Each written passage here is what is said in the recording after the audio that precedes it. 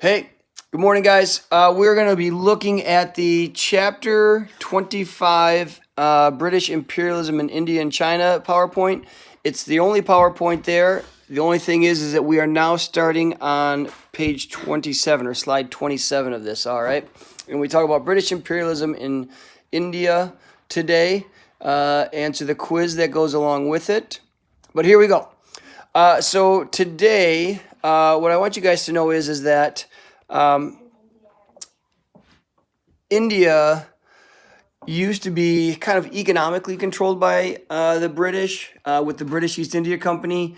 If you remember back to the American Revolution, like the Boston Tea Party, when they were throwing the tea off of the ship, it was a British East India ship that had the tea from India, right?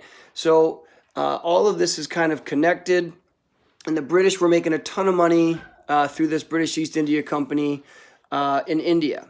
Well, the problem was that the British started to get very culturally insensitive, all right? And they had, because they were such a big company, they had to have their own security force, and they were called sepoys. And the sepoys were their own soldiers, but they were native Indians who were there, were their soldiers. So the sepoys,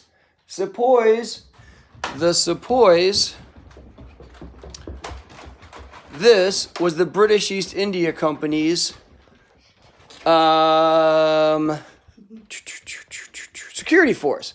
Now, all right, so are you ready? Yeah. And halt. And load your weapons. No. What? What do you mean? No. Why won't you load your weapons? Because I'm Muslim and I don't eat pig.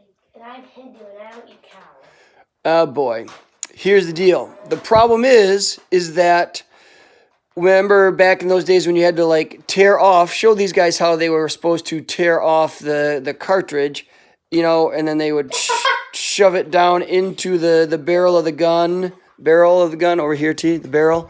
All right. And then they would, you know, put the sticks in, shove it in there. Well, they used to grease those packets with pig or cow fat.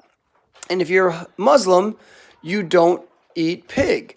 If you're Hindu, you don't eat cow. So to eat those and put those in your mouth to bite off the cartridge to put it in the gun was against the religion. Well, the British said, we don't care about what your stupid religious beliefs are. You're going to do it.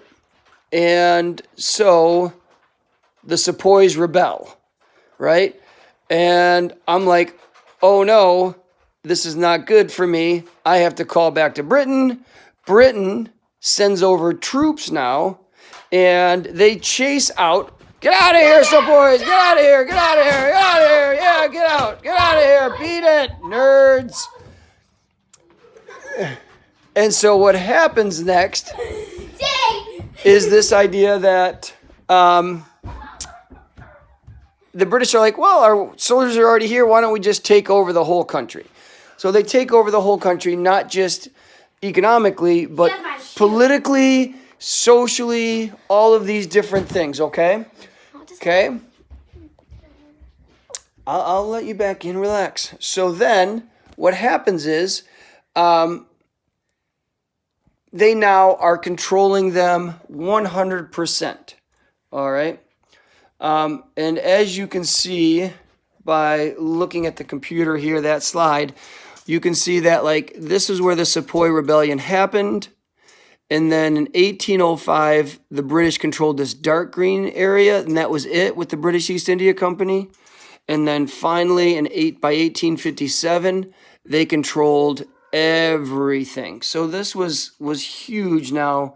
And India became known as the jewel of the British Empire because they made so much money there. They expanded their markets to sell Great Britain's goods that they're manufacturing there during the Industrial Revolution. They're selling them in India. They forced a lot of Indians in a very bad way to grow cash crops like indigo for dyeing cloth or cotton. and it caused a ton of famine and starvation, killing millions of people. And so there were some benefits. India became more industrialized. They did have a better legal system, and wealthy Indians could get an education. As you can see, the infrastructure as well, with all of these railways that were used to connect India, were all built by the British. But before you even think that 100 years of colonization and repression and not being able to control your own country is worth some railroads and some education for the elite, don't be fooled.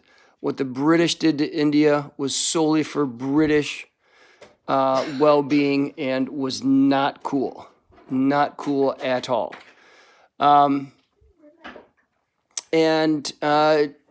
Not going to talk much about nationalism. Let it be known that after World War II, right around 1950, it is going to be Gandhi who is going to get India their own independence. So, with that being said, T, my sepoy. And this is my cat. Oh, and there's Alley Cat down there. Up! That's the blind one who just walks into walls. Don't do TikToks with her. She hates it. Oh my gosh. That's animal cruelty. All right. Love you guys. Wait, Dad, wait. See ya. I gotta go. Hey, don't watch.